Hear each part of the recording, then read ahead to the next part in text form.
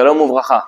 Cette année, Pesach et tombe Motzei Shabbat. Je voudrais faire avec vous un petit résumé des lois concernant justement Pesach et tombe Motzei Shabbat, les préparatifs, et vers la fin de la vidéo, quelques petits conseils pour passer un seder tranquille à table avec nos enfants et de leur enseigner ce qu'on veut tellement leur enseigner le soir de Pesach.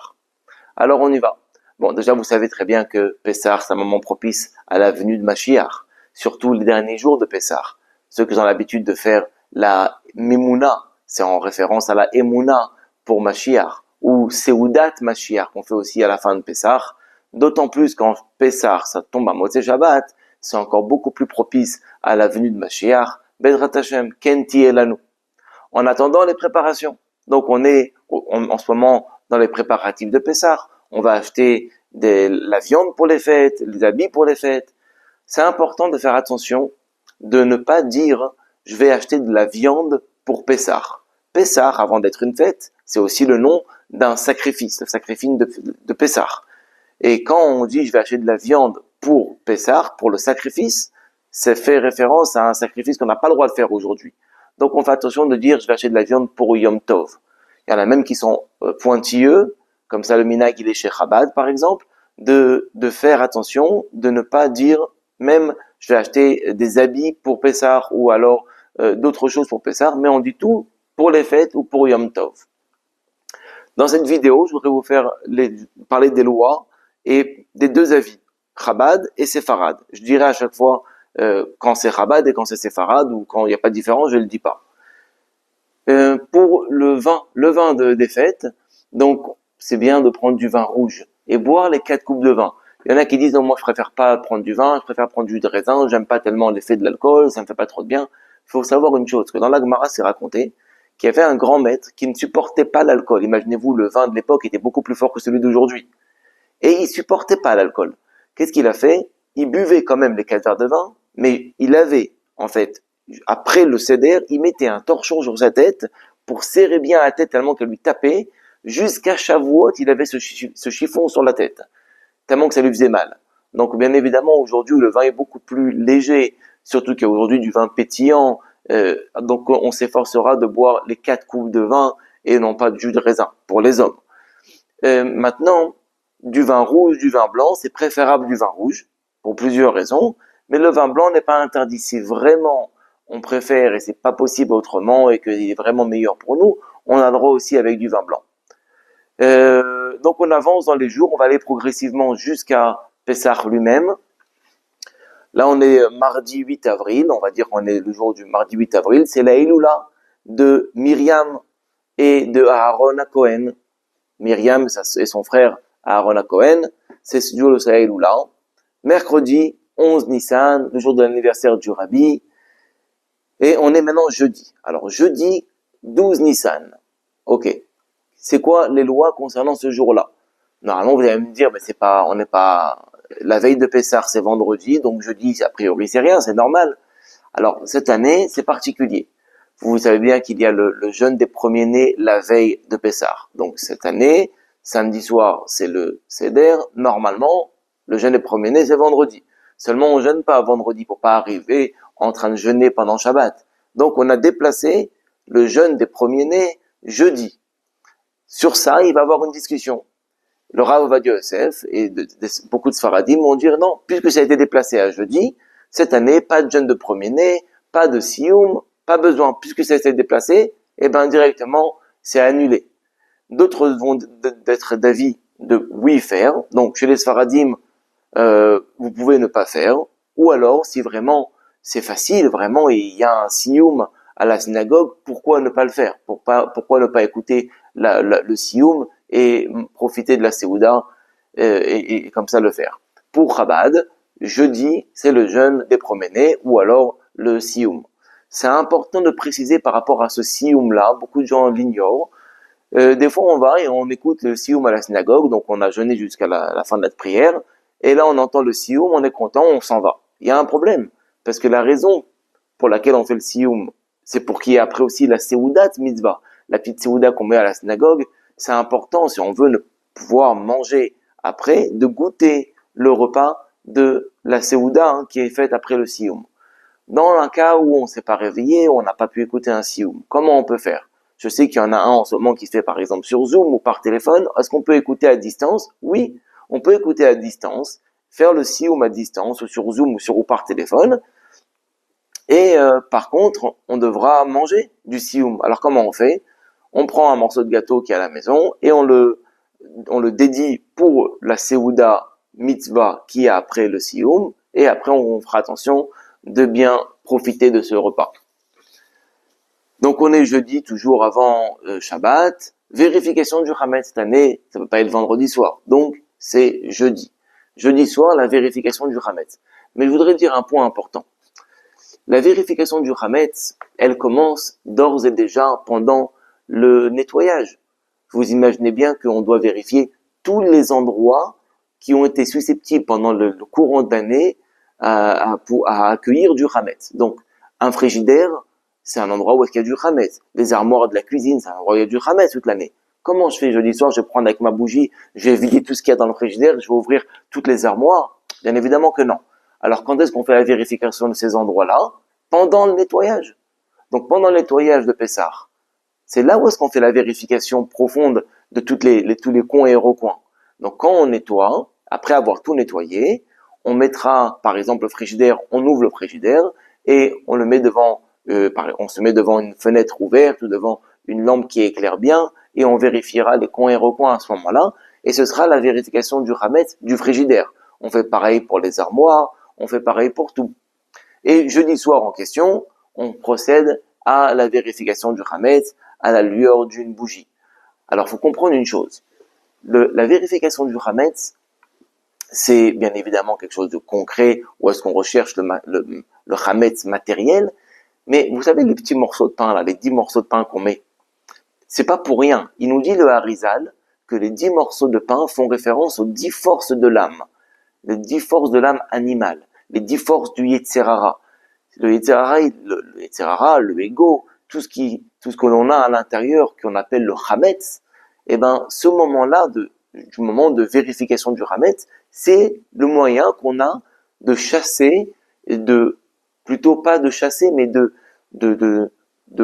raffiner toutes les dimensions à l'intérieur de nous qui peuvent être aperçues comme du Hametz. Donc on cherche le Hametz concret, mais on n'oubliera pas le Hametz intérieur. Et les 10 morceaux de pain font référence, comme on a dit, aux 10 forces de l'âme qui doivent être raffinées. Donc on cherche les 10 morceaux de pain ce jour-là. On vérifiera pas seulement dans la maison, mais si on a une voiture, eh ben on fera vérification du Hametz dans la voiture, parce que c'est un endroit où est-ce qu'il y a du Hametz toute l'année dans la voiture. Pas avec une bougie cette fois-ci, on prendra une lampe et on pourra chercher les coins et recoins avec la petite lampe torche. Au bureau, si je travaille dans un bureau, je vais faire Birkat Hametz dans le bureau. Donc comment on fait? On fait à la maison, ok? On finit par la voiture et on continue dans le bureau. On essaiera de pas s'interrompre et on fera tout ça d'une lignée. À la synagogue aussi, le Gabay, il fera Birkat Hametz. Et on finit donc Birkat Hametz et on fait le premier Kol Chamira qui est marqué dans le petit sidour. Le Kol Chamira, le premier. Ce Kol Chamira là nous dit que on est en train de se détacher de toute forme de propriété sur le Hametz qu'on n'aurait pas vu. Ok? C'est important de comprendre ce que l'on dit. Si on comprend pas le mot Kol Chamira, Deika, Birshuti, tout ce qui est marqué dans cette phrase-là, eh ben, vaut mieux le dire en français pour pouvoir comprendre ce que l'on dit. Donc, on avance. Là, on est jeudi soir, on a fini, Birkat Hametz, ça a été fait. Je dis un point important. Quand arrive l'heure de Birkat Hametz, c'est-à-dire sortie des étoiles, donc on fait Arvit, on fait Birkat Hametz. On va pas faire, par exemple, les grillades d'abord pour pouvoir finir tout le pain et après faire Birkat Hametz. Non, on fait d'abord Birkat Hametz. D'abord et avant toute chose, Birkat Hametz, on arrête tout pour Birkat Hametz. Et après, si on veut faire les grillades ou on veut faire d'autres choses, on a le droit. Mais d'abord et avant tout, on finit Birkat Hametz. Ça, c'est important de le savoir. Ok, on avance, on est vendredi 13 Nissan, la Eloula du Tzemar Tzedek, le 3e Rabbi Lubavitch. Donc là, on est la veille de Pessah. On va détruire le Hametz. Vous allez me dire, attends, mais pourquoi on devrait détruire le Hametz vendredi si on a le droit de le consommer encore jusqu'à samedi? C'est une très bonne question. Et malgré tout, on le fait quand même. On prend tout le Hametz qu'on a réservé, qu'on a pris de Bdikat Hametz, et on va le brûler. On va expliquer dans un instant pourquoi. Pendant qu'on brûle le Hametz, on vérifiera bien nos poches, qu'on n'a pas mis par inadvertance du Hametz depuis la veille. Et donc cette année, c'est avancé. Bdikat Hametz, c'est avancé depuis à la place d'être samedi, finalement, oui, on l'avance à vendredi matin. Ok? Donc on pourrait normalement brûler le Hametz à n'importe quelle heure de la journée, puisque non, c'est pas le bon jour. Mais non, on va être scrupuleux vis-à-vis des autres années pour pas qu'il y ait de confusion, de brûler le Hametz vendredi matin, et ce jusqu'à avant 11h37. Ok, donc on est vendredi matin, on a brûlé le Hametz, il est 11h37, tout est fait, tout est tranquille. Et maintenant, on va dire le Yehi Ratzon qu'on dit après, et le second Kol Chamira qui est marqué dans le Sidour. Ça, c'est par rapport à Bdikat Hametz et Biur Hametz.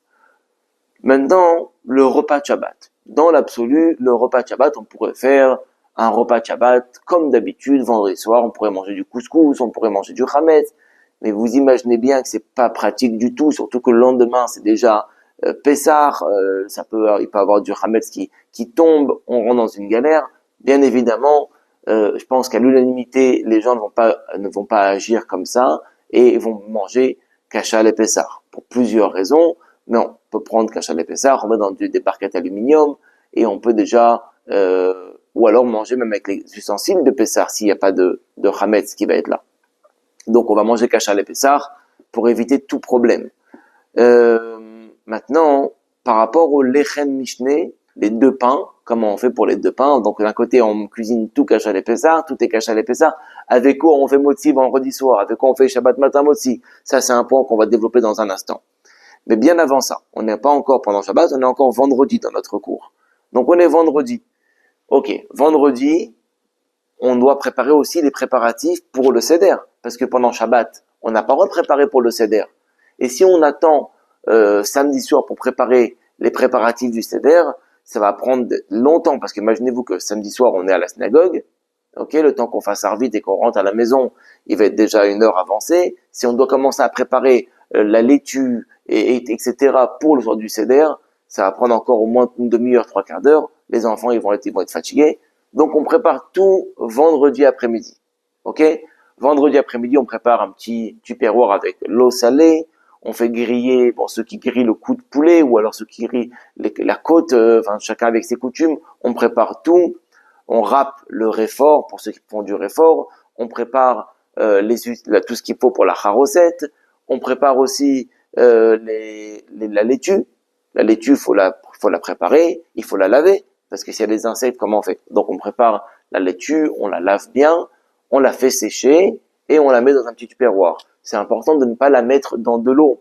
On pourrait croire, vendredi, je la mets dans l'eau, et samedi soir, je rincerai tout ça. Non, parce que si elle reste dans l'eau, la laitue, depuis vendredi jusqu'à samedi soir, elle est comme cuite, elle est macérée dans de l'eau. C'est comme un petit peu un concombre qui devient un cornichon. Donc c'est plus la laitue que les Chachamim nous ont demandé de prendre. Il faudra une laitue qui est crue, et bien évidemment nettoyée et sèche pour ceux qui font attention à Shrouya. Ok, donc là on est vendredi, on allume les bougies de Shabbat, 18h46 pour Natania. Comment on fait pour l'allumage des bougies? Normal. Par contre, cette année, on fera attention de prévoir une bougie de 48 heures, parce que cette bougie de 48 heures va nous permettre d'allumer, à partir d'une flamme allumée, les bougies de samedi soir, pour Yom Tov.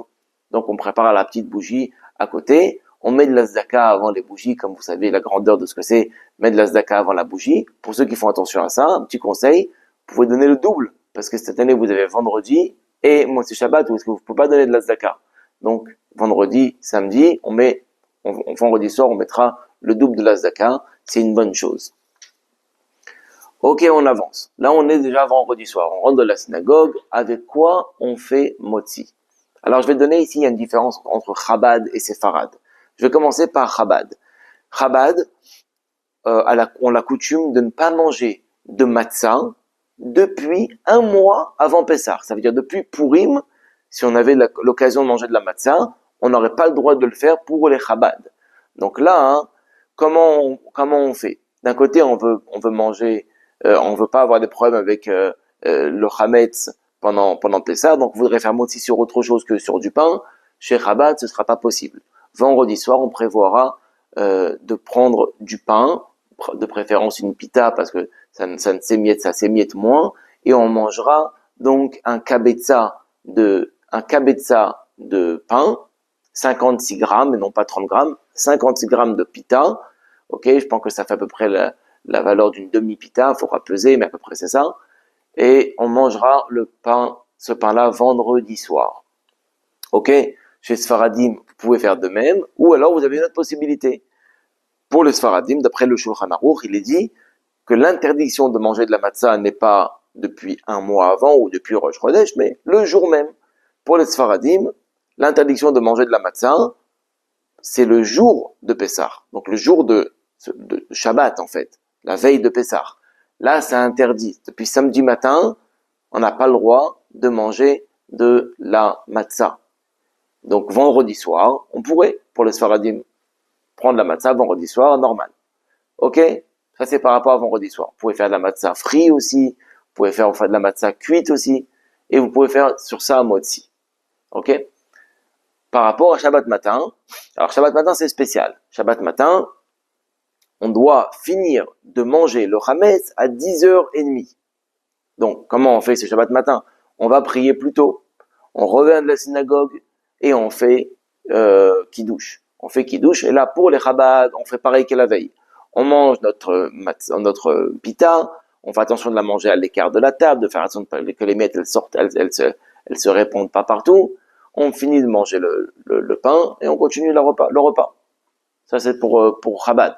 Pour Séfarad, ceux qui veulent pas faire ça, ils peuvent manger du pain bien évidemment, mais ceux qui veulent pas faire ça et qui veulent manger que de la matzah et de plus rentrer le chametz depuis déjà la veille, ils peuvent faire autre chose. Ils peuvent préparer déjà vendredi avant Shabbat de la matzah frite. Ils prennent de la matzah, ils la frient, et là ils peuvent manger ce jour-là de la matzah frite. Ou alors, ils peuvent faire de la matzah cuite. Ils font rentrer une matzah entière dans un bouillon, ils la ressortent, la matzah elle est cuite, elle a plus c'est plus de la matzah que les chachamim nous ont interdit de manger le jour de Pessah, et ils peuvent faire motzi sur ça. Donc là, on est tranquille pour les Chabad et pour les Sfaradim. Je répète, Chabad, vendredi, Shabbat, c'est du pain. On s'arrête bien évidemment à 10h30, interdiction de manger du pain à 10h35, on n'a plus le droit de manger du pain.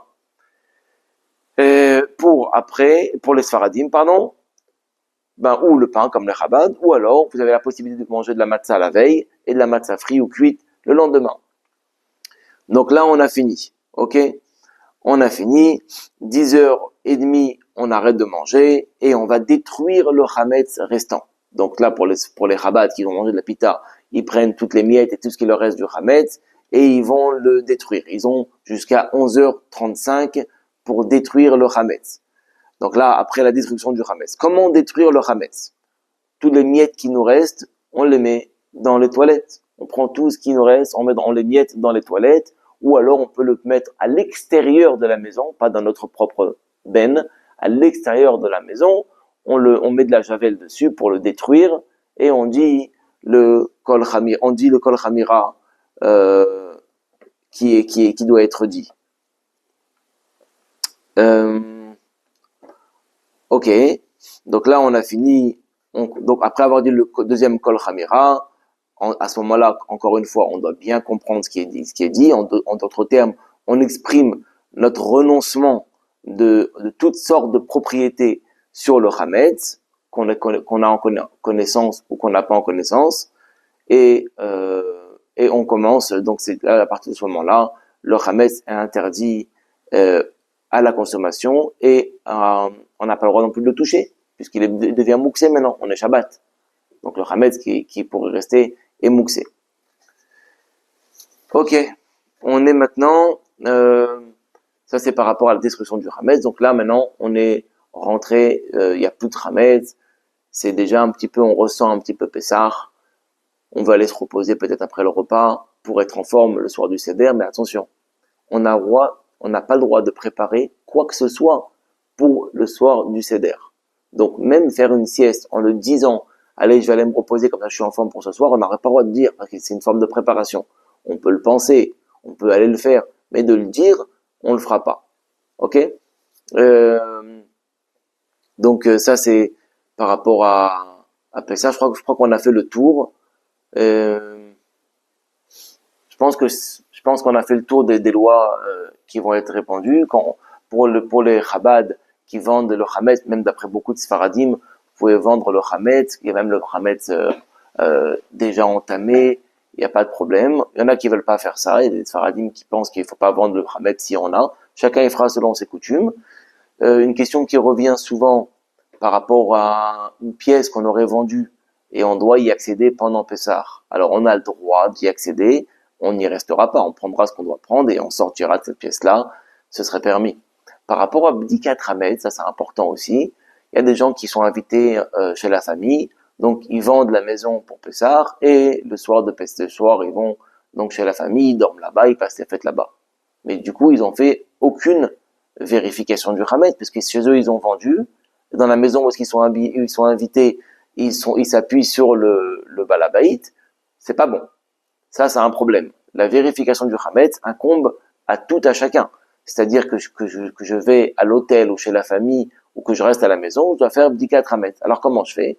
Si je vends ma maison, eh ben, je vendrai toute la maison sauf une pièce. Je prends une pièce, je peux vendre les armoires de la pièce, je nettoie la pièce et le soir, donc jeudi soir, je ferai Bdikat Hametz là-bas. Pareil, si je suis à l'hôtel, je fais Bdikat Hametz à l'hôtel. Je peux pas m'appuyer sur le fait qu'il y a eu un nettoyage. La vérification de Hametz, elle doit être faite par chacun. Ça, c'est un point qui revient souvent. Par rapport à tout ce qui est maquillage, etc. Il y en a qui sont marmés de prendre tout ce qui est Kachar et Pessah. Le vrai problème à l'achri qui va être surtout même sur le rouge à lèvres. Il y en a qui va dire que c'est pas un problème parce que ça n'a pas de goût et que c'est détruit, c'est pas consommable. Donc même s'il y a du Hametz, c'est pas un problème. D'après la halakha, il y en a qui sont marmir, bien évidemment. Le vrai problème, ça va être sur tout ce qui est pas rouge à lèvres, mais ce qu'on met, c'est ce que les gens mettent sur les lèvres quand ils ont des lèvres gercées ou je sais pas. Généralement, ça a un goût. Et il y en a qui ont un goût de fraise, etc. Ça, c'est un vrai problème. Par contre, il faut faire attention sur Kachar les Pessah. Ok, parce qu'il y a un vrai profit. Généralement, c'est fait avec des matières qui sont consommables et c'est même un goût qui est bon. Donc, faut que ce soit Kachar les Pessah. Les aliments pour les animaux. Les animaux sont notre possession. On n'a pas le droit d'avoir du Hametz chez nous. Donc, si on a des chiens, des animaux, des poissons, quoi que ce soit, en Israël, Baruch Hashem, c'est répandu. Il y a des endroits qui vendent des aliments pour les animaux, Kachar le Pessah, donc il faudra faire attention par rapport à ça. Je pense qu'on a fait le tour. Voilà. Maintenant, je voudrais vous parler du soir du Seder. Le soir du Seder, c'est magnifique.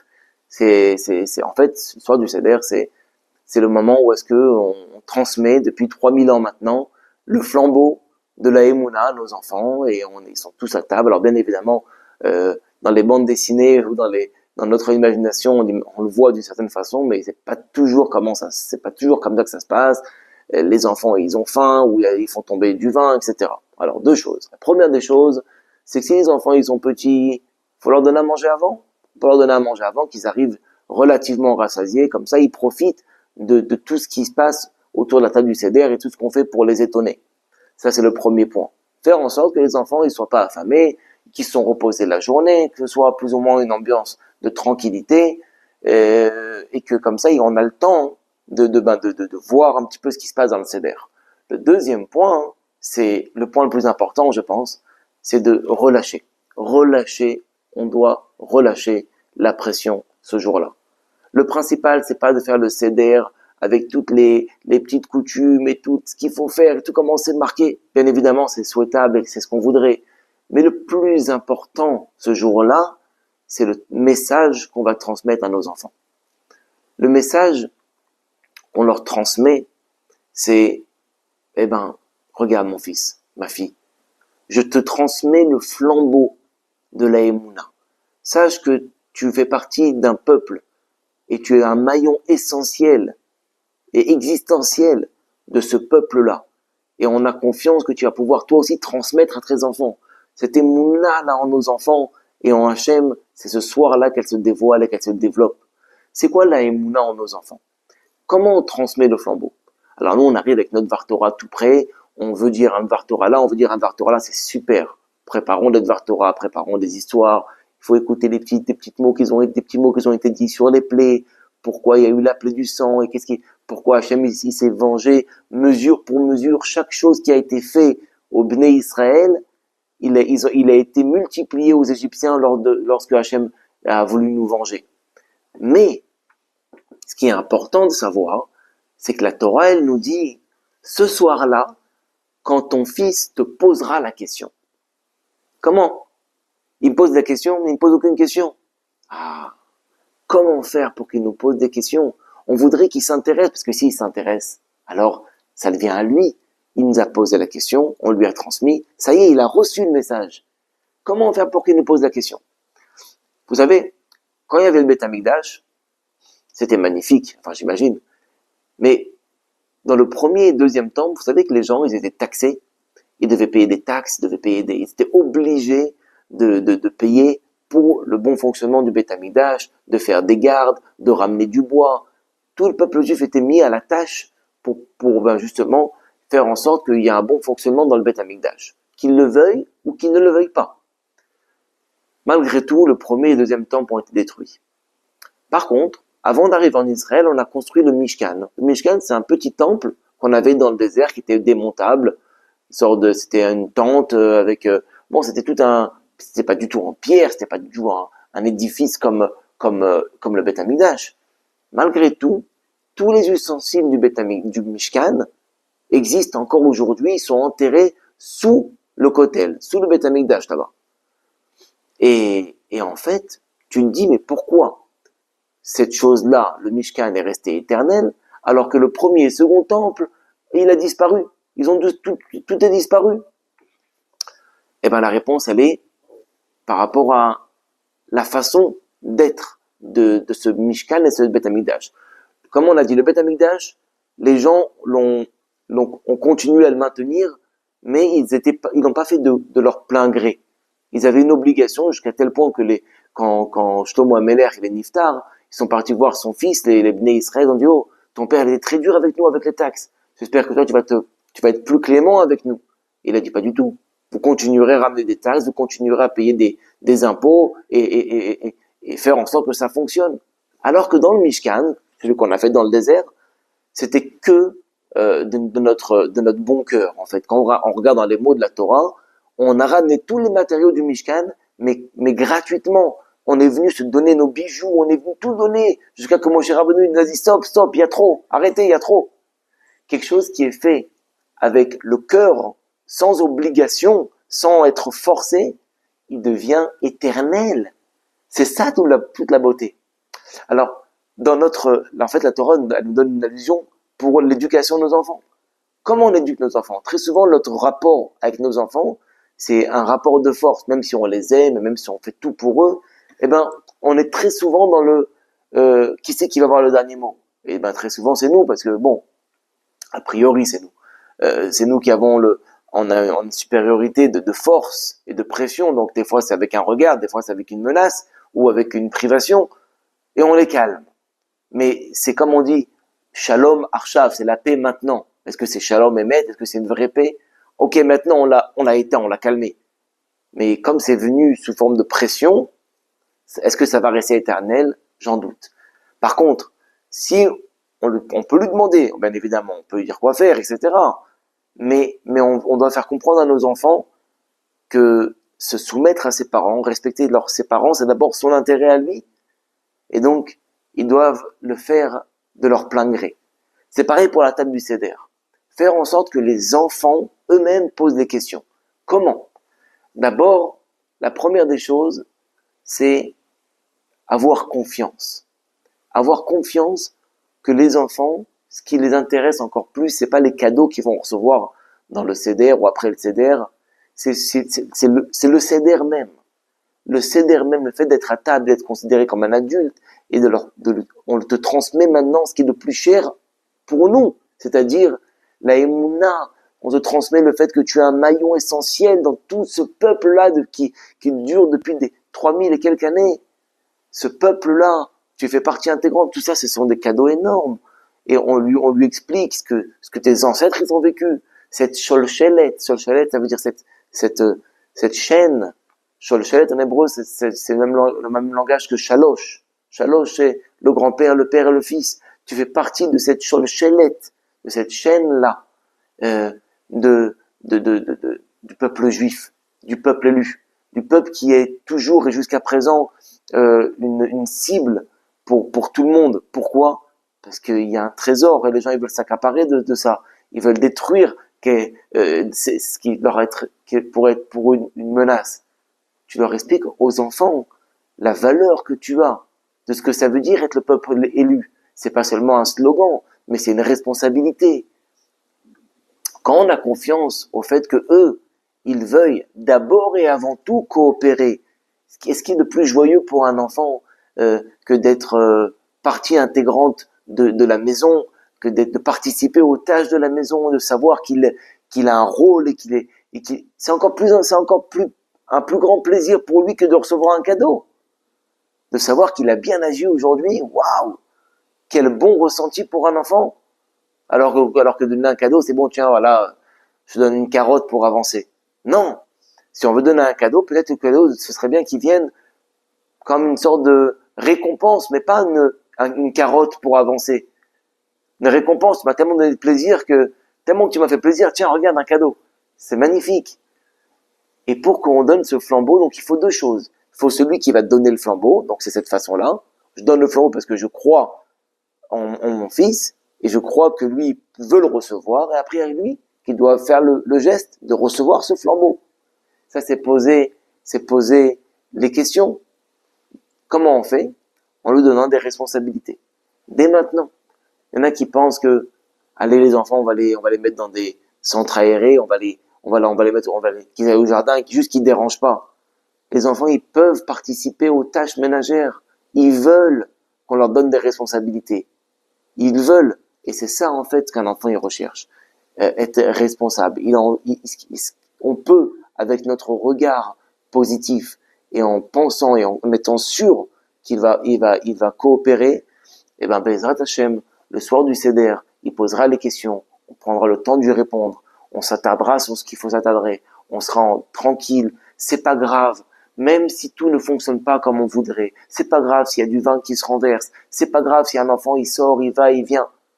Faisons abstraction de tout et pensons à une chose. Ce soir, je transmets le flambeau de la Emouna. Et quand mes enfants, ils me voient avec une Emouna forte en ce jour-là, alors Bezrat Hashem, ils recevront le flambeau et Bezrat Hashem le transmettront à leurs enfants et nous on méritera de voir tout ça en bonne santé. Bemera Be'amenu Amen.